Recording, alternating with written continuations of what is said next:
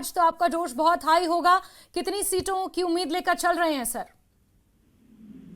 देखिए, भारतीय जनता पार्टी जम्मू कश्मीर आज राज्यसभा इलेक्शन पूरी शिद्दत के साथ लड़ेगी। और जहां तक भारतीय जनता पार्टी का ताल्लुक है, देखिए भारतीय जनता पार्टी हर एक इलेक्शन को बड़ी संजीदगी और बड़ी ताकत के साथ लड़ती है, चाहे वो पंचायत का इलेक्शन हो, चाहे वो एमपी का इलेक्शन। और आज इस तरह से हमारी 4 राज्यसभा सीटों का इलेक्शन होने जा रहा है और भारतीय जनता पार्टी पूरी तरह से श्योर है कि भारतीय जनता पार्टी कम से कम 2 सीटों पर जीत दर्ज करेगी और भारतीय जनता पार्टी 2 सीटें जीतेगी। और आपने देखा कल से नेशनल कॉन्फ्रेंस को डर सता रहा और नेशनल कॉन्फ्रेंस ने अपने जो विधायक है उनको कुरान शरीफ की शपथ उस पर हाथ रखकर कहा कि डर सता रहा है कहीं ना कहीं कि नेशनल कॉन्फ्रेंस के ही एमएलए नेशनल कॉन्फ्रेंस की एक पॉलिसी और एक बार में जो नाकामी नेशनल कॉन्फ्रेंस रही है, कहीं ना कहीं उनको डर सता रहा है कि ये ग्रास वोटिंग न करे, क्योंकि उमर साहब की गवर्नमेंट हर स्टैंड पर फेल होती है,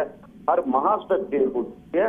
और नेशनल कॉन्फ्रेंस को बड़ा डर सता रहा है कि हमने जो यहाँ लोगों के साथ वादे किए हैं वो वादे हम पूरी नहीं कर सकते, वो गारंटियां हम पूरी नहीं कर सकते। इससे नेशनल कॉन्फ्रेंस के जो लेजिस्लेटर है वो भी नेशनल कॉन्फ्रेंस के नारा चले।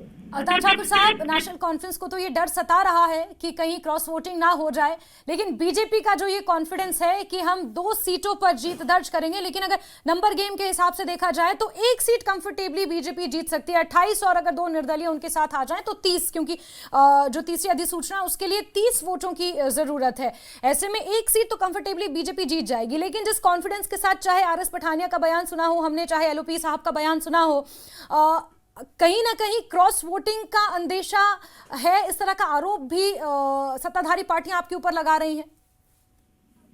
देखिए, Bharatiya Janata party cross voting नहीं करवाती है, लेकिन जो ये पार्टी क्रॉस वोटिंग का जो कह रही है ये उनकी उस सोच को दर्शाता है जिस तरह से वो क्रॉस वोटिंग करते हैं। यहाँ क्रॉस वोटिंग का मतलब है कि जो लेजिस्लेटर, चाहे वो इंडिपेंडेंट हो, चाहे वो नेशनल कॉन्फ्रेंस के लेजिस्लेटर हो, वो नेशनल कॉन्फ्रेंस की पॉलिसी और नेशनल कॉन्फ्रेंस की नाकामियों से नाराज है। इसलिए नेशनल कॉन्फ्रेंस से नाराजगी जताने के लिए वो जो लेजिस्लेटर है वो कहीं भी वोट डाल सकते। 1 सीट तो हमारी कंफर्टेबल है, उस पर तो हम जीत दर्ज कर ही रहे, लेकिन जहां तक दूसरी सीट का ताल्लुक है, दूसरी सीट पर भी सपोर्ट मिल रहा है हमें और दूसरी सीट भी हम आसानी से जीत सकें। ठीक है अल्ताफ ठाकुर साहब, बहुत बहुत शुक्रिया हमारे साथ जुड़ने के लिए और बातचीत करने के लिए।